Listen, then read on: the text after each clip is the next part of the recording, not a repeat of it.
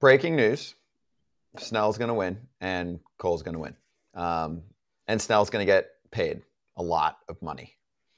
He's won 2 Cy Young awards. He's not old, and there's also going to be teams that are like, I think I can get that with a little more consistency, and even if it is 5 shutout innings, like, cool. Most teams will take 5 shutout innings every start versus, a dude that they don't want to push. I mean, it's efficiency too. I mean, if he gets to 100-something pitches, right? 100 pitches, 105 pitches, teams just don't let you go anymore too.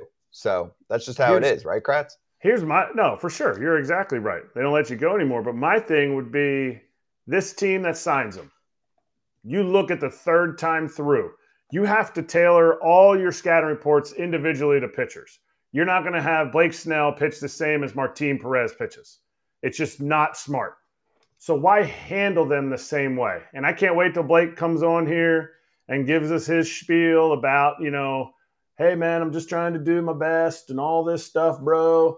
When the reality is, he is a unicorn in the sense that I think hitters were hitting 136 third time through the order against him this year. So to me, I'm going to go to Blake and I'm going to say, guy, we gave you $160 million. I want you to tell us when you don't have enough. Exactly what Kip just said. Like, it is not his fault that he's coming out of the game. People say, well, he throws too many balls. The game wants strikeouts. He is delivering you strikeouts. He has shown the third time through the order, he actually gets better. Now, don't get me wrong.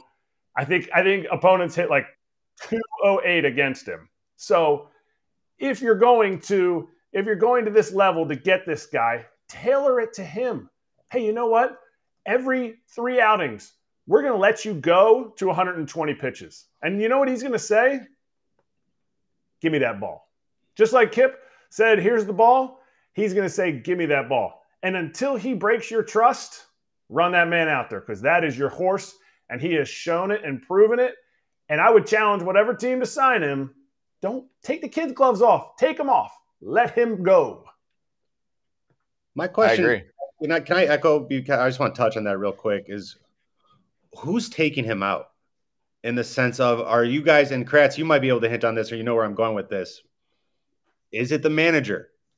Is the reason Preller wants someone he's worked with because he knows he's going to get someone who's going to say yes to him and is coming above the manager's call? Like, there's got to be some feel for why these guys are being taken out of the game this early when they go. No. You're right. This is a continuity of an organization. Okay. Yeah. I'll give you the 4 sections of the organization. You have minor league development, you have scouts, you have the big league team, and you have training staff. If all 4 of those can't agree on how to run things, that's where the GM steps in and says, okay, we're doing this. Or president of baseball operations, whatever it is. They step in and they say, okay, this is how we're going to run things. If there's not continuity in that, you're going to have struggles. So every day, a manager gets a card. Okay? It's going to look exactly like this, and it's going to have every pitcher on it. And every pitcher's times that they've gotten dry humped, when they've gotten warmed up in the bullpen, is going to be on this line. Every time they've pitched is on this line. And then it's going to be color-coded. And you're going to have color coding on who can pitch and stuff in the bullpen. And then at the bottom, it's going to have your starting pitchers. And the starting pitchers are going to have red, green, and yellow. And that's going to dictate, if you're in a yellow, hey, you know what? This guy's an 80 to 100 pitch guy. If you're in the green, he might be a 90 to 110 pitch guy. If he is in the red, this start, he may only get 75 pitches. And that is based on knowledge from the analytics. That is based on scouts seeing what this guy did before and reading the numbers of what he did before, and the training staff saying, well, this is the percentage of times that people break down. And to me, if you don't have continuity in there, in the sense that Bob Melvin should have been able to go to Blake Snell and say, hey, how do you feel? And if Blake Snell comes back and goes, I'm good, dog. Like, take the ball. My free agent year. Then fine. But I don't see Blake Snell doing that. knowing him as a teammate for 6 weeks that we were teammates, that dude was like, he's not going to put up a fight, but he's also not going to be like, here you go. I've done well, so I don't want this ball anymore. He wants that.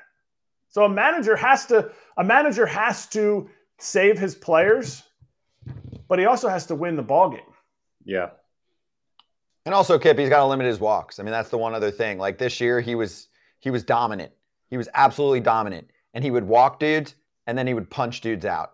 So he would get in trouble. And when you're looking at an award, it's different from how you're projecting things forward, right? You're as a team, you're just like, hey, dude, we just got to figure out ways to keep you in the zone more. And for some guys that works, and for others it doesn't. This was his career high walk rate. I don't think that necessarily means that's what's going to be the future for him. I mean, hey, Kratz knows.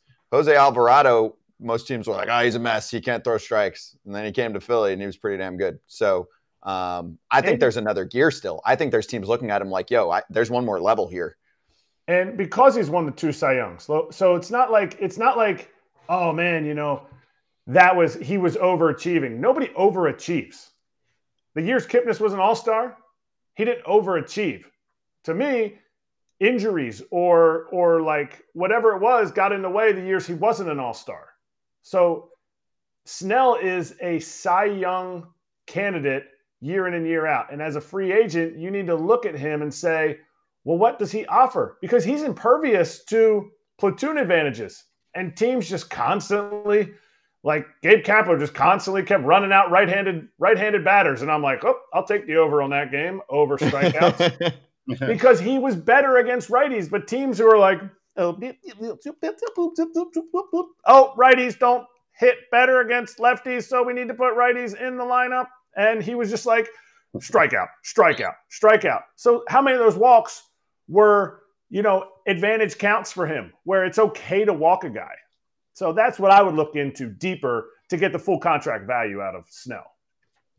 Yeah. By the way, he's probably getting $200 million based on how many teams need starters. Rodon last year was 6'1", 162, and I don't think they're in the same weight class at all. Like based on durability, based on track record, based on age still too. It's not like, Snell's 35 years old. He's, what is he, 30?